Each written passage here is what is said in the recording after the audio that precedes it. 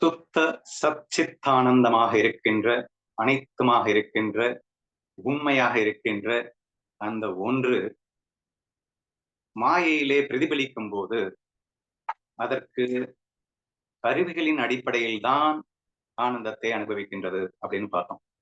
அப்படின்னா ஒரு நடிகன் ஒரு வேஷத்தை எடுத்துக்கிட்டான் அப்படின்னா அந்த வேஷத்தில் அவன் அனுபவிப்பது என்பது அந்த வேஷத்துக்காக எடுத்துக்கொண்ட அந்த உடல், அந்த மனம், அந்த புத்தி, இதன் அடிப்படையில் அவனுக்கு ஆனந்தம் வருகிறது. ஆனந்தம் அப்படின்னா இந்த சுயமாக இருக்கின்ற அந்த ஆனந்தமே, சச்சிதானந்தமே இங்கே அந்த வேஷத்திற்காக உள்ள அந்த உடல், மனம், புத்தியின் அடிப்படையில் பிரதிபலிக்கின்றது அப்படின்னு சொன்னோம். ஆனால் உண்மையில் சச்சித்தானந்தத்திற்கு கருவி கரணாதிகளின் வழியாகத்தான் ஆனந்தத்தை அனுபவிக்க வேண்டும் என்ற கட்டாயமோ அவசியமோ எதுவுமே கிடையாது. ஆனால் மாயையில் பிரதிபலிக்கும் போது கருவிக்கரணாதிகளின் துணை கொண்டு தன் சுகானந்தத்தை அது வெளிப்படுத்தி மகிழ்கிறது அப்படிங்கிறது தாங்க. இன்னைக்கு நம்ம இதை எப்படி புரிஞ்சுக்க போறோம், இதுல நான் என்ன புரிஞ்சுக்கணும் அப்படிங்கறதுதான் கேள்வி. சரியா? அதுக்கு முன்னாடி யாரும் கன்ஃபியூஸ் ஆயிடுக்க மாட்டேங்கன்னு நினைக்கிறேன். ஏன்னா அனைத்தும் ஒன்று, அனைத்தும் ஒன்று என்பதை நாம் இத்தனை ஆட்களாக, இத்தனை காலங்காலமாக நாம் பேசிக்கொண்டு வந்துவிட்டோம்.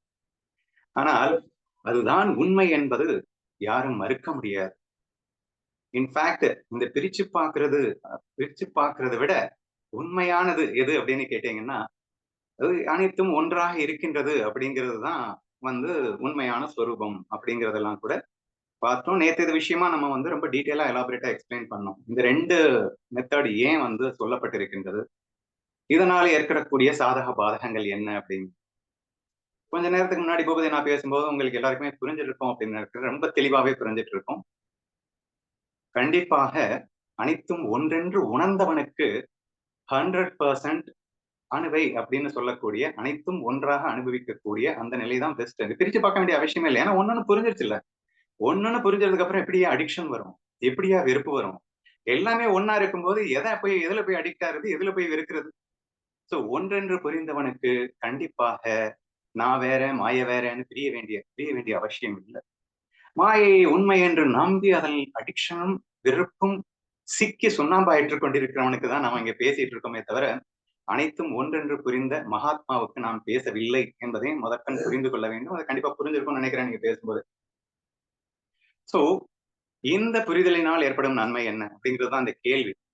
சோ நம்ம என்ன பண்ணிட்டோம் அப்படின்னா அனைத்தும் ஒன்று, அனைத்தும் ஒன்று அப்படிங்கிற அந்த ஃபீலிங்ல அனைத்தும் ஒண்ணுன்னு புரிஞ்சிருச்சுன்னு விருப்பு வெறுப்பு இல்லாம சமபாவனையோட நீ அனுபவிக்கிறியா, அல்லது ஈகோல விருப்பு வெறுப்புல அனுபவிச்சுட்டு இல்ல நான் அனைத்தும் ஒண்ணுன்னு தான் அனுபவிச்சுட்டு இருக்கேன் அப்படின்னு உன்ன நீயே ஏமாத்திட்டு இருக்கியா அப்படிங்கிறது ஒரு பிக் கொஸ்டின் மார்க்காவே ஆயிடுது. அதுக்கு இந்த ஒரு யாட்ஸ்டிக் நமக்கு ரொம்பவே ஹெல்ப் பண்ணுது அப்படின்னு நான் நினைக்கிறேன். சோ இங்க என்ன சொல்லியிருக்கு, இந்த ஸ்லோகத்துல என்ன சொல்லியிருக்கு, ரொம்ப சிம்பிளா சொல்லியிருக்கு. சச்சிதானந்தம் அப்படிங்கிறது அது இயல்பா அது எப்பயுமே ஆனந்தத்துல தான் இருக்கும். அது மாயையில இருந்தாலும் ஆனந்தத்துல தான் இருக்கும், மாயை இல்லாம இருந்தாலும் அது ஆனந்தத்துல தான் இருக்க போகுது. நடிகன் எக்ஸாம்பிள்ல நடிகன் நடிச்சிட்டு இருந்தாலும் அவன் சந்தோஷமா தான் இருக்க போறான், அவன் நடிக்காம இருந்தாலும் அவன் சந்தோஷமா தான் இருக்க போறான் அப்படிங்கிற மாதிரி இந்த ஆனந்தம் இருக்கிறது அப்படின்னு. பட் இந்த டிஃபரன்சியேஷன் என்ன காட்டுது அப்படின்னா, மாயையில நடிச்சிட்டு இருக்கும் போது இவனுடைய சொரூபம் தான், நடிகனுடைய சொரூபம் தான் சூப்பரா ஒருத்தர் எக்ஸ்பிளைன் பண்ணியிருந்தாங்க. இவனுடைய அந்த நடிகனுடைய அந்த ஃபீலிங்கே தான் அங்க பயங்கர ஜாய்ஃபுல்லா காட்டணும் அப்படிங்கிற ஒரு சீன் வரும்போது பயங்கரமா எக்ஸிபிட் பண்றான். சுகம் அப்படின்னு சொல்லக்கூடிய ஒரு பயங்கரமான சுகத்தை வெளிப்படுத்துறான். ஆக்சுவலி வெளிப்படுத்துறான்னா என்ன அர்த்தம்? அது உண்மையே கிடையாதுன்னு அர்த்தங்க. தன்னுடைய சொரூப சுகத்தை தான் அங்கே வெளிப்படுத்துகின்றான், பொய்யாக வெளிப்படுத்துகின்றான். Just for ஃபன்னுக்காக. இப்ப வெளிப்படுத்துறது பொய்னாலும் அதுக்காக அங்க சந்தோஷம் பொய்ன்னு சொல்லல. தன்னுடைய சந்தோஷத்தை அங்கே வெளிப்படுத்தி மகிழ்கின்றான்னு தான் நம்ம சொல்லிட்டு இருக்கோம். அதே மாதிரி ஒரு உச்சக்கட்ட சோக சீன் வந்துருச்சு அப்படின்னு சொன்ன உடனே தன்னுடைய அந்த முழுமையான நடிகனுடைய அந்த ஃபீலிங்கையே அவன் எப்படி வெளிப்படுத்துறான் அப்படின்னா பயங்கர சோகமா வெளிப்படுத்துறான். இந்த சோகமாக வெளிப்படுத்தும் போது உண்மையில் அவன் துக்கப்பட்டானா அப்படின்னா பொய்யே. அது துக்கங்கிறது பொய் தான், அந்த சுகமும் பொய் தான், இந்த துக்கமும் பொய் தான் இல்லையா? ஆனால் எது உண்மை அப்படின்னா இவனுடைய இந்த ஃபீல் தான் மட்டும்தான் உண்மை. சச்சிதானந்தமாக இருக்கின்ற அந்த ஆத்ம உணர்வு மட்டும்தான் உண்மை.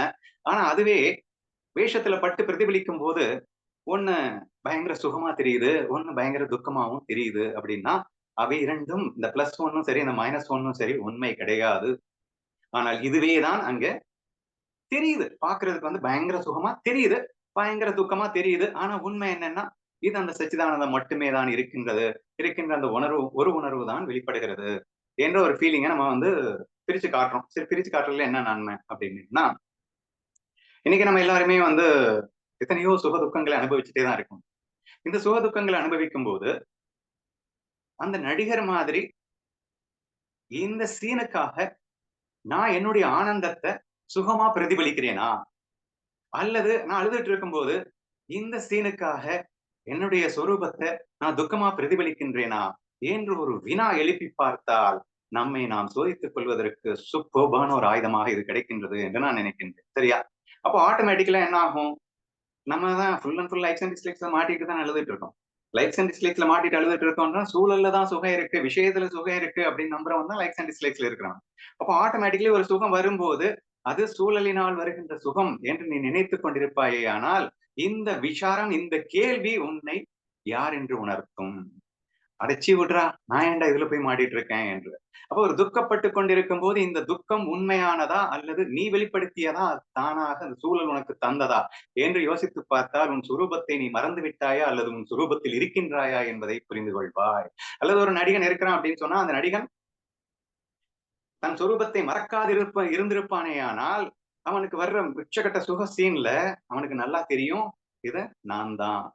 உச்சகட்ட துக்க சீனும் நான் தான் வெளிப்படுத்தி மகிழ்கின்றேன். ஆனால் ஒருவேளை அந்த நடிகன் தான் நடிகன் என்பதை மறந்து விட்டிருந்திருந்தால் அப்படின்னு யோசிச்சுக்கோங்க. சரியா? அப்ப சாதகங்கள்லாம் நம்மெல்லாம் யாரு? நம் சொரூபத்தை மறந்து சொரூபத்தை தேடிக்கொண்டிருப்பவர்கள் தானே. சோ அப்போ ஆட்டோமேட்டிக்கா அந்த சுகம் ஆட்டோமேட்டிக்கா என்னுடைய சொரூபத்திலிருந்து வரல, அது மாயையிலிருந்து வந்தது அப்படின்னா, மாயையை உண்மை என்று நம்பிவிட்டேன் என்ற அர்த்தம்.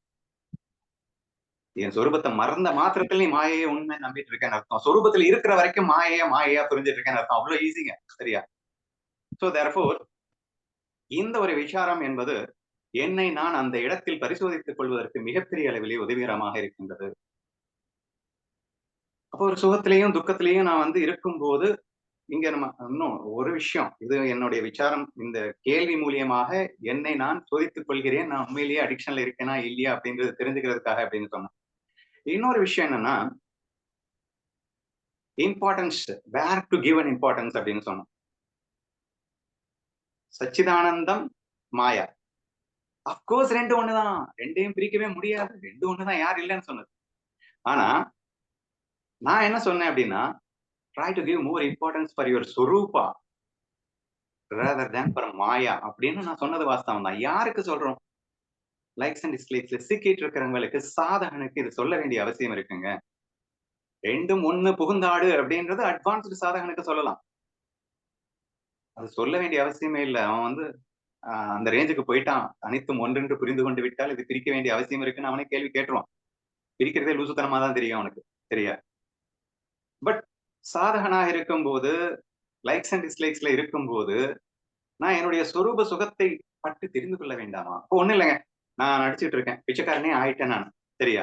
அப்போ வந்து த்ரூ சம் ட்ரபிள்ஸ்னால எனக்கு கஷ்டம் கஷ்டம் மேல கஷ்டம் வருது அப்படிங்கிறதுனால ஆட்டோமேட்டிக்கா இந்த மாதிரி புக்ஸ் எல்லாம் எடுத்து படிக்கிறான். என்னடா கஷ்டத்துக்கு என்னடா காரணம் அப்படின்னு வேதத்தை எல்லாம் புரட்டி படிக்கிறேன். அங்க வந்து சொல்லுது சுரூபத்துல தாண்டா சுகம் இருக்கு, இதெல்லாம் வெறும் மாயை அப்படின்னும் போது இங்க நான் வந்து என்ன பிராக்டிஸ் பண்ணணும்? முழுக்க முழுக்க இதில் சுகம் சுகம் மாயையில சுகம் இருக்குன்னு சிக்கி சின்னமாயிட்டு இருக்கிறேன்னா அடைச்சி இதில் இல்லையா என் சொரூபம் தான் இங்க பிரதிபலிச்சதா இதுல போய் இருக்குன்னு நினைச்சிட்டேனே என்று தன் சுரூபத்தின் பக்கம் அவன் திரும்பத்தானே வேண்டும். அப்போது எப்போதும் தன் சுரூபமே சுகம் சுரூபமே சுகம் இது எனக்கு சுகத்தை தராது என் சுரூபம் தான் இங்கே பிரதிபலிக்கின்றது பிரதிபலிக்கின்ற சுகத்தை நான் உண்மையான சுகம் என்று நான் ஏமாந்து விட்டேனே. ஆஹா என்னுடைய ஒரிஜினல் சுகம் அல்லவா இங்கே சுகதுக்கமாக பிரதிபலித்துக் கொண்டிருக்கின்றது. இதை நம்பி நான் ஏமாற மாட்டேன். என் சுரூபத்தோடு நான் முதல் வேண்டும். அனைத்தும் ஒன்றென்ற அந்த புரிதல் எனக்கு வரணும். அதுக்கப்புறம் நான் மாயையில புகுந்தாடுங்கன்னு தான் நானும் சொல்லிக்கிட்டே இருக்கேன். சோ சொரூபத்தை நீ உணர்ந்து விட்டு நீ மாயையில் புகுந்து ஆடுவதுதான் சரி என்பதுதான் நாமும் பேசிக் கொண்டிருக்கிறோம். சரியா? பட் அதற்கு முன்னால் ஏற்கனவே மாயையில சிக்கி சின்னமாயிட்டு இருக்கோம். மாயையில போயிட்டு புகுந்தாடு அப்படின்னு சொன்னா ஏமாற்றுவதற்கான வழிகள் அதிகமாக இருக்கின்றது என்பதை புரிந்து கொள்ள வேண்டும். ஒரு எக்ஸாம்பிள் வேணா சொல்றேங்க. இப்ப ஒரு குடிகாரன் இருக்கான். அவன் படிக்கிறான் வேதத்துல. அனைத்தும் ஒன்றே. ஓ! பாட்டிலும் நான் தானா?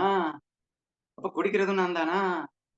சுகமும் நான் தான், துக்கமும் எல்லாம் நான் தானா? என்று அவன் முழுமையான புரிதலுக்கு வந்துவிட்டான் என்றால், தட் இஸ் டோட்டலி டிஃபரெண்ட். சரியா? மாயை என்று ஆட்டோமேட்டிக்கா புரிந்துரும். ஏன்னா, ஒருத்தனே எப்படி எல்லாமா இருக்க முடியும்? பாட்டிலாவும், அதுவாவும் இருக்க முடியுமா என்ன? பட் ஒரு முழு அடிக்ஷன்ல இருக்கிறவன்ட்ட போயிட்டு, நம்ம என்ன சொல்லணும்? டேய் லூசு பயலே! இந்த குடியில, இந்த ட்ரிங்க்ஸ்ல ஒரு போதை வருதுன்னு சொல்றே இல்லையா? அந்த போதையே உன் சொரூப போதை தான் இதில் பிரதிபலித்துக் கொண்டிருக்கின்றது. நீ யாருன்னே புரிஞ்சுக்காம லூசு மாதிரி வந்து இந்த வேஷத்துல ஒட்டிட்டு இருக்க. நீ எவ்ளோ பெரியவன் தெரியுமா? எவ்ளோ ஆனந்த சொரூபி தெரியுமா? நீ கடைசில என்னடான்னா, அந்த வேஷமே நான்னு போயிட்டு உட்கார்ந்துட்டு இருக்க. இந்த போதைக்கே போதை தருபவனாடா நீ. இந்த பாட்டில் என்பது எதுவுமே தேவையில்லை. இந்த பாட்டில்லாம் எதுவுமே இல்லாம கூட நீ சந்தோஷமா இருக்க முடியும். என்று சொல்லி, குடிகாரன் குடித்துக் கொண்டே நீ வந்து உன்னை நீ உணர்ந்து விடு என்று சொல்வதை விட, பிரித்துக் காட்ட வேண்டும் அவனுக்கு. கண்ணா இந்த பாட்டிலில் போதை இல்லை, போதை உன்னிடத்தில் இருக்கின்றது. நீ அதை விட்டு வெளியே வா. அதை விட்டு வெளியே வந்த பிறகும் உன் சொரூபத்தை தேடு. அதில் நீ சுகம் காண். ஆக எதுவுமே இல்லாமலும் இருக்க முடியுமா என்ற அற்புதத்தை உணர். பிறகு நீ பாட்டில்ல புகுந்தாடி யார் வேணாம்னு சொன்னா? சரியா? அப்போ அந்த சுயஸ்வரூபத்தை நீ உணராமலேயே நீ மாயையில் மிங்கில் ஆகும்போது, எந்த அளவிற்கு அது அஃப்கோர்ஸ் அட்வான்ஸ்ட் சாதகனாக இருந்தா தப்பே கிடையாது. அதுதான் உன்னதமான விஷயம்னு நம்ம சொல்லிட்டோம். ஏன்னா அனைத்தும் ஒன்று என்று புரிந்தவனுக்கு பிரித்து காட்டுவது என்பது மூடத்தனமாகத்தான் தெரியும் என்பதில் மாற்று கருத்தே இல்லை. சரியா? பட் ஒரு அடிக்ஷனில் இருப்பவன், அவன் என்ன செய்ய வேண்டும் என்பதுதானே கேள்வி. சோ முழுக்க முழுக்க பிரித்து பார்க்க வேண்டும். தன் சொரூப சுகத்தை உணர வேண்டும். சுரூப சுகத்தை உணர்ந்து இதுதான் இங்கே மாயையாக பிரதிபலிக்கின்றதா என்று புரிந்து கொண்ட பிறகு மாயையில் நீ புகுந்தாடினால் எந்த தவறும் இல்லை என்பதைத்தான் நாம் தினம் தினமும் பேசிக் கொண்டிருக்கின்றோம். சோ அந்த வகையில அந்த ஒரு யாட்ஸ்டிக்கை தான் இன்னைக்கு நான் கோடிட்டு காட்டணும்னு நினைச்சேன். சோ எவ்வளவு வேணா நீங்க சந்தோஷமா இருங்க வேண்டாங்கல. ஆனால் அந்த சந்தோஷம் நீ உனக்கு கொடுக்கின்றாயா? அல்லது மாயை உண்மை என்று நம்பிய பிறகு அந்த சூழல் உனக்கு கொடுத்ததா? என்ற ஒரு சிந்தனை உங்களை மிகப்பெரிய அளவிலே அடுத்த நிலைக்கு எடுத்துச் செல்லும் என்று நான் முழுமையாக நம்புகின்றேன். இதுவே இன்றைக்கான பதில்.